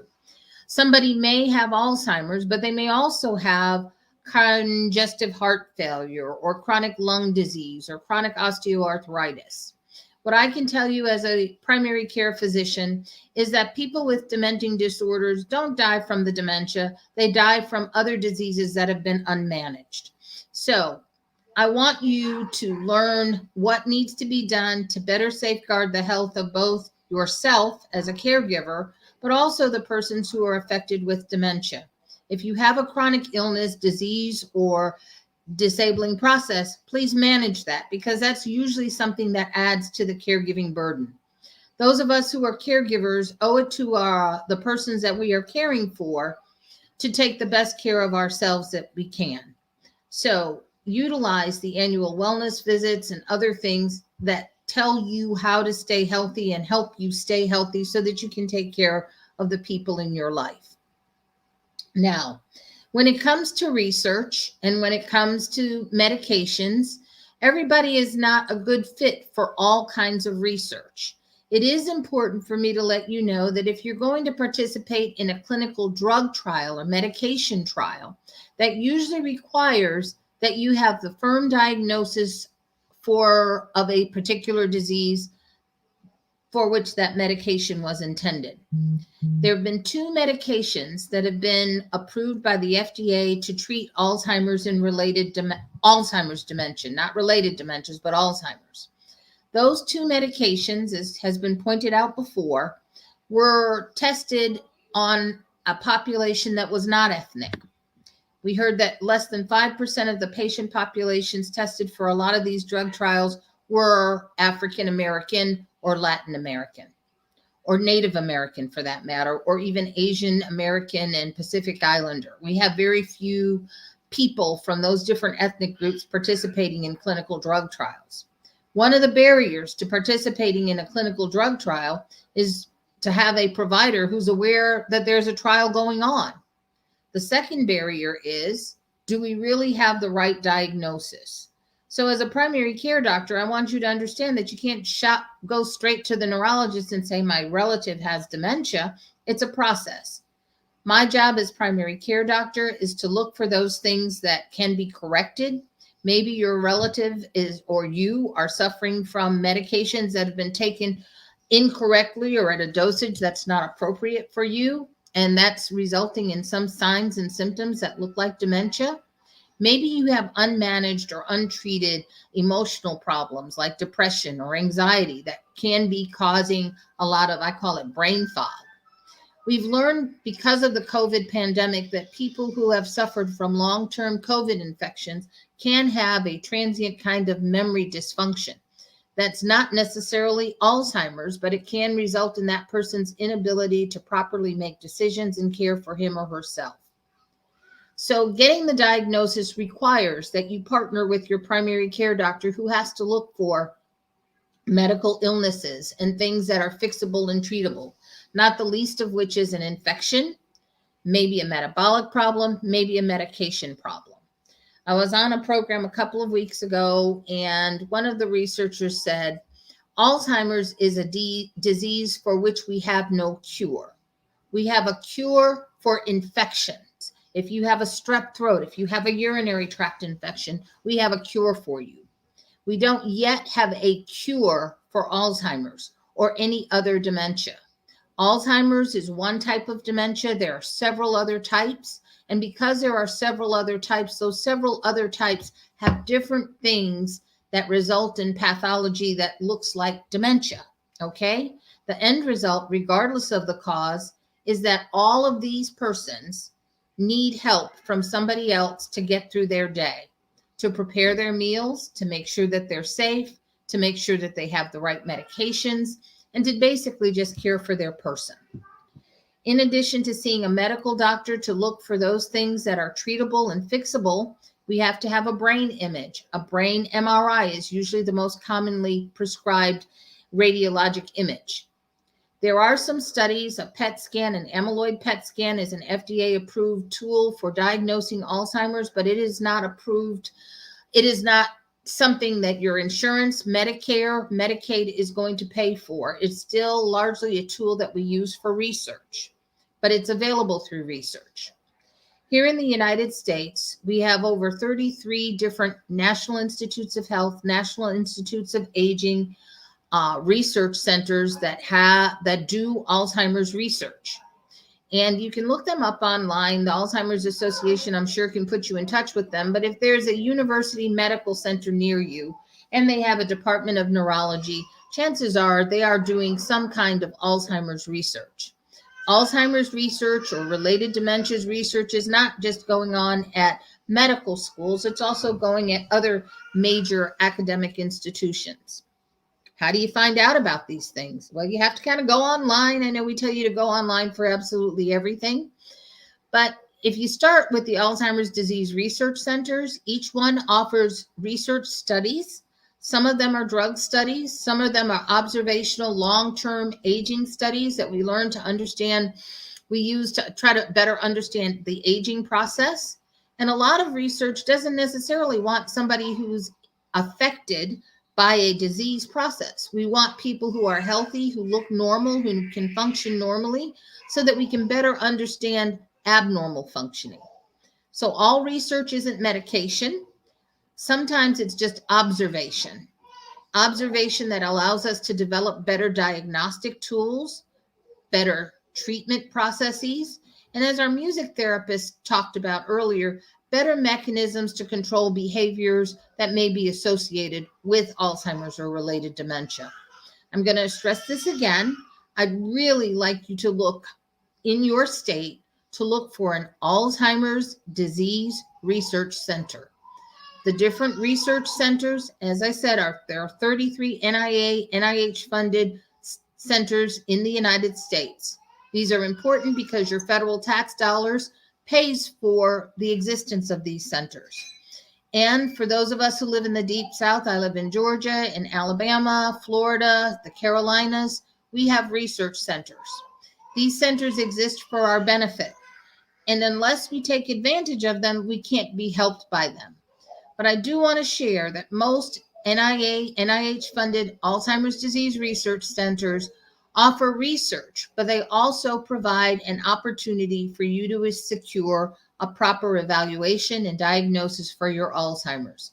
You may have to go through your primary care doctor who can make a referral to the research center to make sure that you get the evaluation. As a primary care doctor, I need to help you understand that unless you have your medical problems properly addressed and under control, you are not a good candidate for this kind of research. The medications that have been approved by the FDA do come with some side effects and do have some problems, and they may not be accurate or a good fit for most people. Even if you have Alzheimer's, they may not be a good fit for you. So with your doctor, with your neurologist, you decide whether or not you want to assume the risks that are associated with taking these medications. I will say that absolutely every medication in your medicine cabinet was likely developed for people that don't look like you.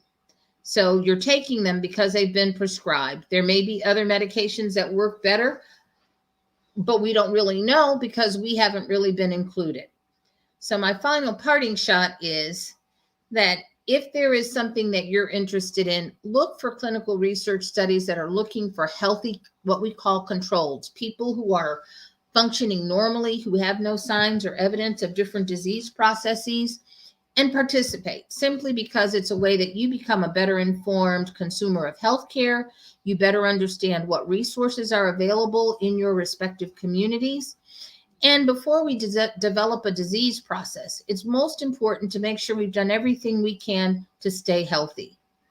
The United States Preventive Services Task Force has a list of things for every age group to make sure that you do to make sure that you stay healthy. For those of us who are over the age of 65, the annual wellness visit, which is paid for by Medicare, does allow for us to have a depression screen and a memory screen. It also requires that we do things like get our hearing checked, get our vision checked, have a dental examination. We understand that 40 to 60% of all dementias are preventable with better lifestyle practice and changes. That means we need to exercise more, 150 minutes a week. We need to make sure that we can sleep well and getting enough sleep. We need to make sure that we hear by checking our hearing. Because all of you are involved in some social activity, attending church, playing bridge, social isolation, and maintaining social contact is an important thing to keep you from developing Alzheimer's or related dementia. But you also have to eat properly. More fruits and vegetables, focus on a more plant-based diet. It's anything that helps your heart, helps your diabetes, prevents hypertension, or helps control hypertension is something that you want to do and is something that's going to protect your brain.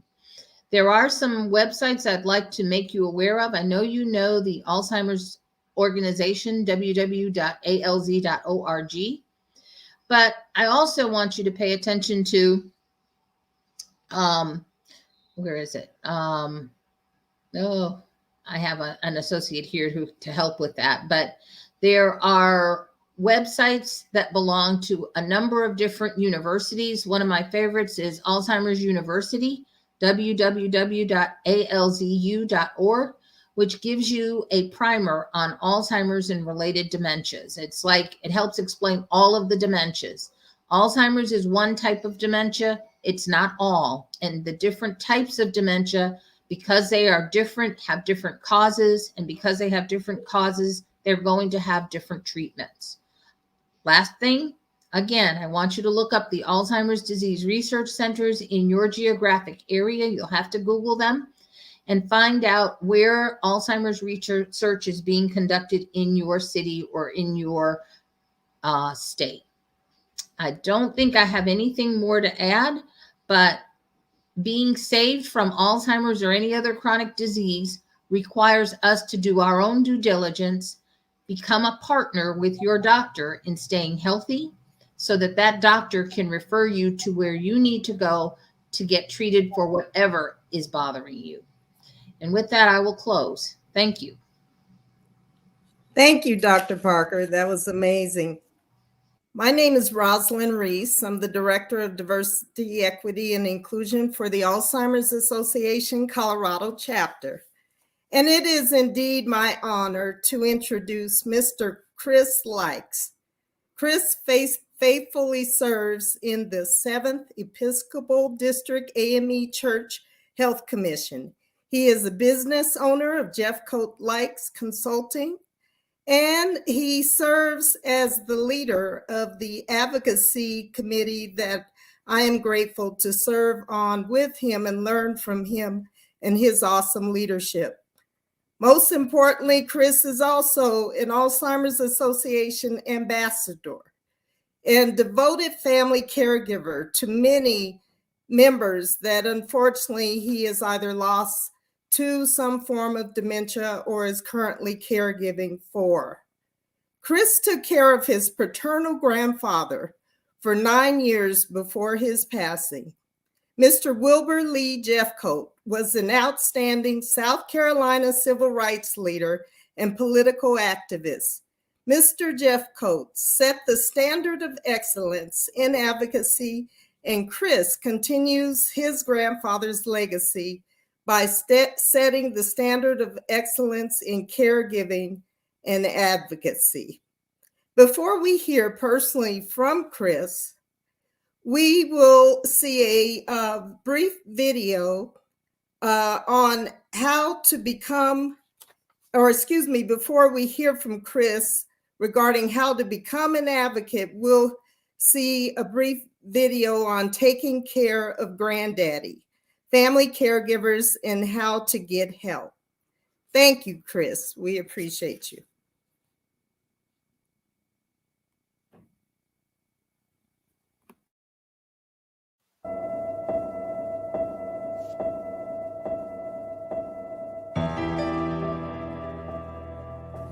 Oh, caregiving.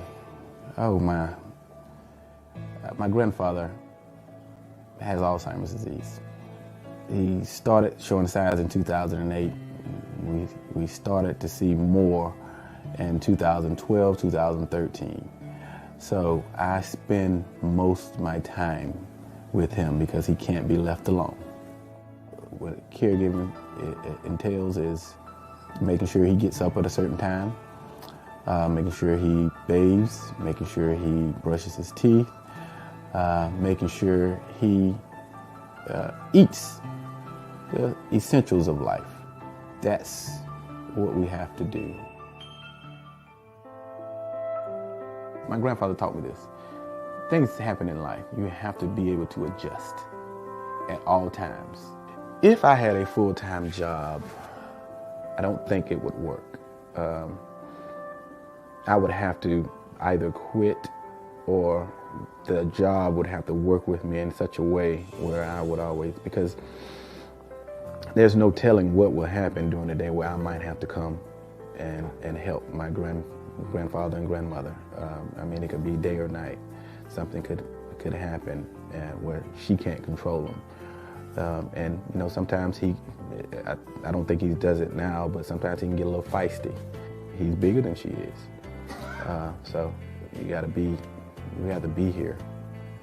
I don't think we take care of each other. We don't do like we used to. Like my grandmother here, this is not her first go around with taking care of someone that's sick. It's such a difficult situation to be in. I don't know how you could help these 7,000 caregivers. I know the Congress has started a panel or something of that sort to try to see what they could do to help. But I think the only thing that folks could do is just, with health insurance, that should be one of that's covered, personal care. The only insurance company that covers this is Medicaid. Well, you do get frustrated. It's impossible not to get frustrated when you're trying to get everything squared away so your loved one can make it through this stage of his life where he should be enjoying. But everybody gets frustrated. It's almost impossible not to. My niece is having a birthday party on Saturday. That's a good time to have. We all have a good time, so you re-energize. It's almost like putting your iPhone on the charger again. You re-energize yourself after you've had a good time, and then you continue to work. To be good to the nieces and nephew. I need to be nice to them, so if I get dementia or if I get sick, they will be nice and take care of their great uncle.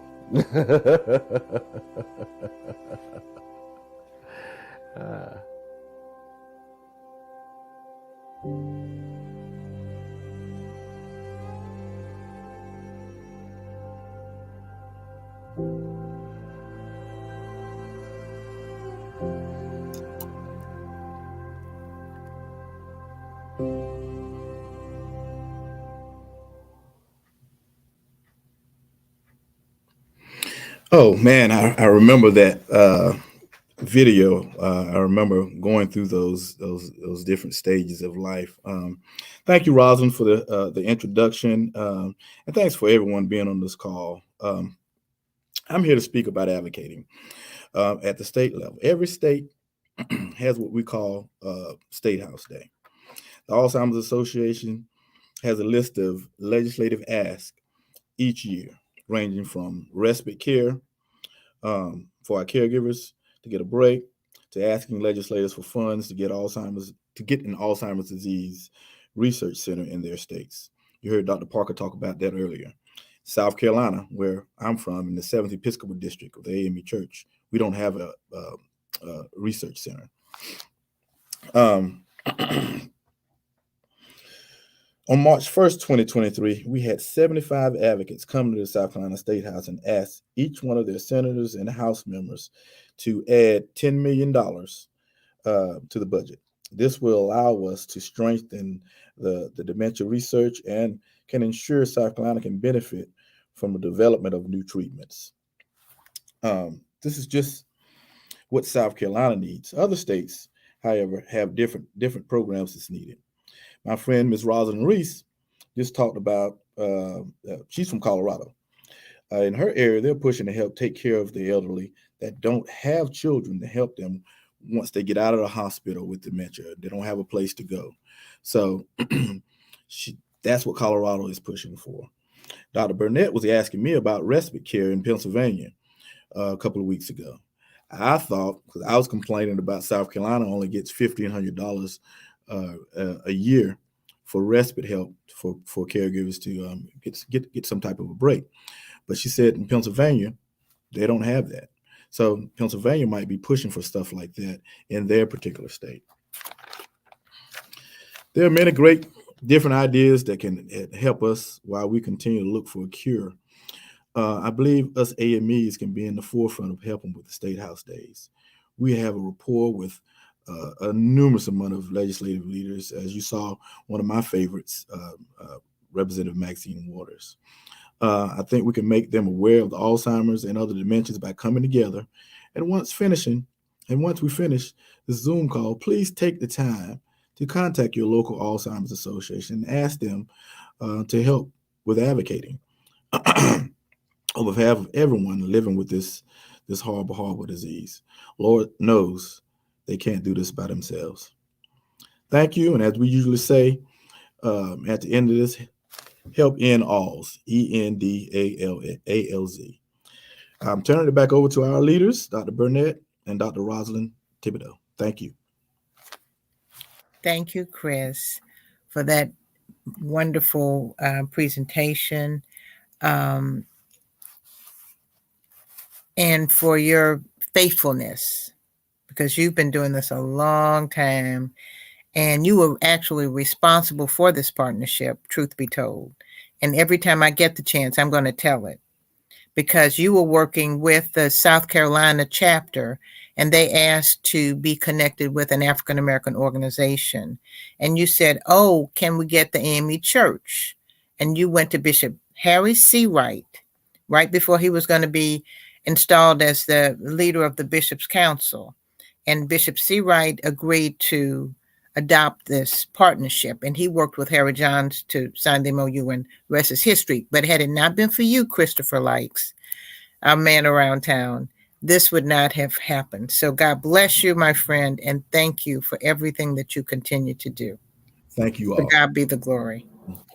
So we were going to just rearrange our script, Bishop Brookins, so that you would be at the end, and Supervisor and I will make our little remarks here. And I have asked Ms. King to come back in per your request, and she should be joining us. There she is.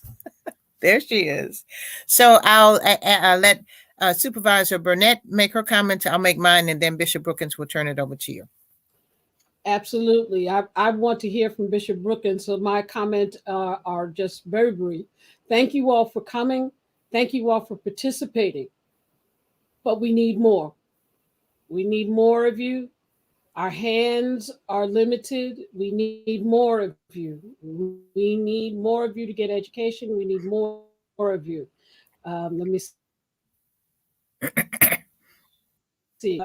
I have into Facebook as well as a couple of other places, the resources, and I have also added the list of advocacy days onto Facebook. It's an Excel spreadsheet. I will add it to the website as soon as we conclude. I can't Thank you. Thank you, Supervisor Burnett. Thank you to everyone who joined us today. I live and breathe Alzheimer's because I've had 8 family members stricken with the illness since 1978. And when I learned in 2006 that it affects people who look like me at a disparate rate, it got me more energized to do more, to say more. And so that's why when people see me, they call me the Alzheimer's lady, and that's quite all right. It's a moniker that I'm proud of. So just know that. I want to thank all of our program participants today because this is, time that you could have been doing something else. And we really appreciate your serving with us to help bless God's people. We're going to be sending out an evaluation to all of the people who registered, and so that you can help us make this better for next year.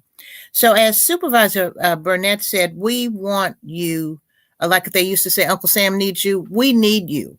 We want you to join our ministry, our Alzheimer's ministry. And so these are some of the ways that you can do that. We want you to reach out to your local Alzheimer's chapter, tell them that you want to volunteer. They have many volunteer opportunities. You let us know that we have an AME volunteer program with all of the chapters should be familiar with. And if they aren't, just tell them to let us know so that we can acquaint them with it. But we ask that you volunteer with your local Alzheimer's chapter. And once you get engaged with them and learn more about them, we want you to consider serving on the board. Serve on the board of the Alzheimer's Association. I used to be on the board of the Greater Dallas chapter, and seldom do they have people who look like us on the board. So we need you to get engaged with the chapter as a volunteer. Then we need you to be available to serve on the board. We also need you to consider serving as an Alzheimer's ambassador. And that's somebody who's going to work with your local representative, like a Congresswoman Maxine Waters. My Congresswoman was Congresswoman Eddie Bernice Johnson of Texas Congressional District 30. She retired last year. But I worked with Congresswoman Johnson for several years as an Alzheimer's ambassador, went to D.C. with the Alzheimer's Advocacy Forum, etc. And Chris is an Alzheimer's ambassador. So we want you to get intimately engaged with your local chapter. We want you to have Alzheimer's programs at your local churches. We want you to tell us what it is you need, but you will do that through the evaluation. And let's increase this partnership. We need you. We want you. Please help us help each other. God bless you, and stay tuned for CPS 4. Thank you. Thank you, Sister Rosalind. Thank you so very much. I started out celebrating your faithfulness to this ministry and the way that you incarnate it and that you spread it to each of us, and your passion for it. We are grateful. I neglected to shout out the supervisor, who's also the medical director for the AME Health Commission. She and Bishop Seawright are the ones who really, with Brother Likes, birthed this thing together and made it go for the first couple of years. Dr. Burnett, we thank you on behalf of the African Methodist Episcopal Church. We thank you for your faithfulness to the ministry and for being able to hand off to the Alzheimer's lady.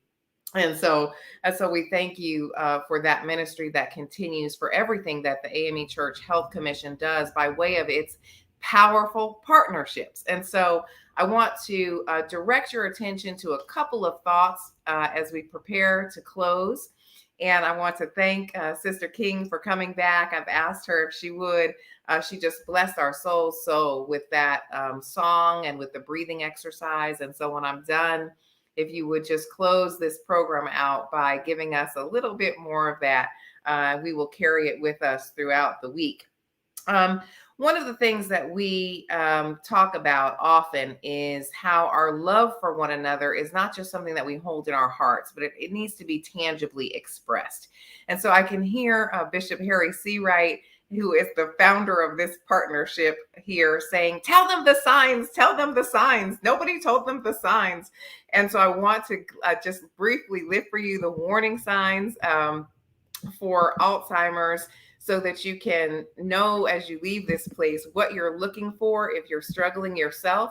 And as a church member who is not going to just sit by and talk about and whisper behind the back of your choir member, your pastor, your fellow steward or your trustee or your family member, but you're actually going to recognize the signs and you're going to use the tools and the resources to intervene in a helpful way to help people identify what's happening with them and to walk alongside them in partnership as they try to live with what is the new reality. As Brother Like's video so clearly showed us, one moment our lives are one way, the next moment things begin to change. And sometimes we go through denial and avoidance because we just don't want to deal with what seems like an insurmountable situation. And that's why God has given us these partnerships together.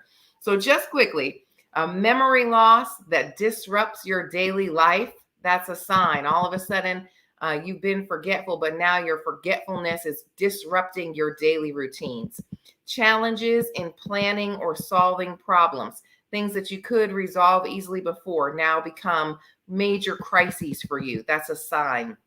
Difficulty completing familiar tasks. People with Alzheimer's often find it hard to complete their daily tasks. Driving to a familiar location. One of my former stewardesses used to drive to the same location every single day of the week, and then just started getting lost on her way to church, the same church she'd been attending in the same location all those years. Confusion with time or place. Trouble understanding visual images and spatial relationships. New problems with words in speaking or writing. Misplacing things and losing the ability to retrace your steps. Sometimes we go into a room and we forget why we're there, and that happens to all of us. But if this starts to happen more frequently and you can't remember at all why you went there, and you go back to your seat and you still can't remember why, then this is something that you want to start being concerned about. Decreased or poor judgment, withdrawal from work or social activities, and changes in mood and personality. All of these things can be found on the alz.org website if you have concerns about them for yourself or for a family member. We are so grateful that Congresswoman Maxine Waters was able to join us today from Grant, Los Angeles, and she reminded us that we still need to pass the ENACT bill, and we still need to pass the Support for Caregivers bill, so that when and if this does happen to us, we're able to take care of our loved ones and have some resources in order to do that. So please join the advocacy groups and do what you can to make sure, even though we have a very divided house in the United States government, that we can use whatever influence we have in order to get ENACT and the Support for Caregivers bills passed. Commit to advocating for equity, both by taking responsibility for doing your own research, for asking about clinical studies, by doing what Dr. Parker suggested to us, to look in our local area, where are those research entities that we can go get proper diagnosis and proper referrals so that we can have the proper care. Pastor Gallman gave every pastor here a whole brand new ministry vision. If you are dealing with a congregation where you have anybody who's over 60, and if you're AME, then in all likelihood you have a congregation that has people over 60, you need to reach out to Pastor Gallman and see about that partnership that she started and the ways that it has been able to help her move from the place where she had a member who she did not realize was being impacted by a memory loss and felt powerless as a pastor without the necessary resources, to now what she has, which is a full-blown ministry, not just for her congregation, but to the entire community. This disease is terrifying, I think, for all of us. And so I want to congratulate everyone who took time to stay here with this and to watch this seminar today and to just stay on the wall with it. For every missionary who has put your hand to the plow and is willing to just stay on the wall with it. It's hard, and we like to avoid things that are hard. And so thank you. Thank you for doing the hard work of transforming lives and helping people to know that they are loved and they are not alone. I opened in my greeting by reading to you the first verse of Blessed Assurance, reminding us that music has a way of seeping its way into our souls and carrying us through, I believe, into eternity. I think maybe some of these church school songs we sang, maybe we'll be singing around the throne of grace when the time gets there. And so before Ms. King leads us, let me just offer you the words to one more verse of Blessed Assurance. Perfect submission, perfect delight, visions of rapture now burst on my sight. Angels descending bring from above echoes of mercy, whispers of love. This is my story. This is my song, praising my Savior all the day long. To the tech people and to everyone who participated, to the Outstanding Health Commission, thank you once again. Ms. King.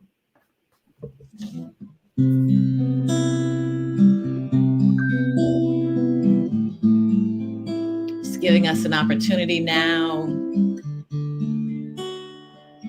to think about all the things that we've learned, to think about the call to action, and how we can come together around this mission, and taking a moment for ourselves to breathe deeply and to breathe together. Breathing in and out. And in and out. Continuing now at your own pace for a moment.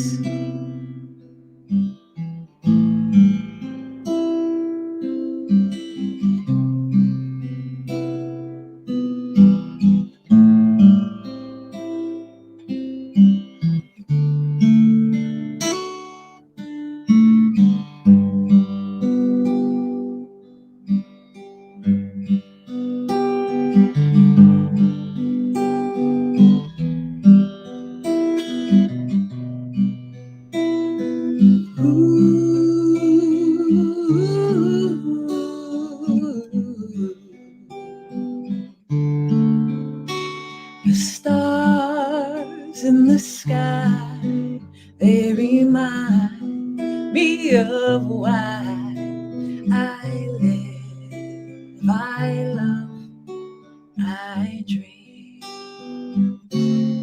Never give up, Orin, you've got a chance to win. Never give in, you can win.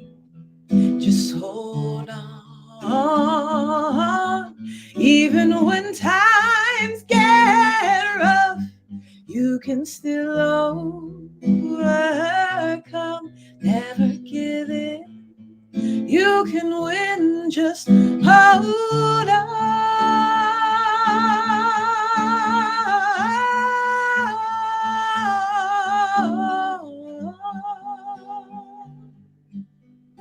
Ooh,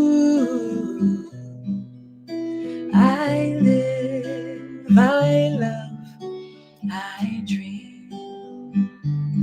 I live, I love, I live, I love,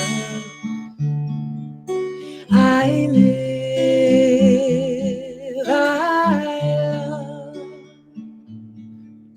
I dream.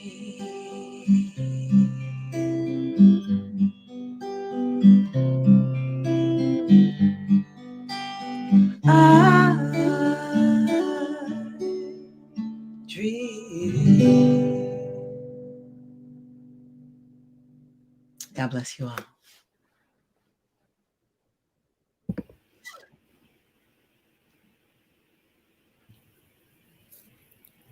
Thank you for joining us.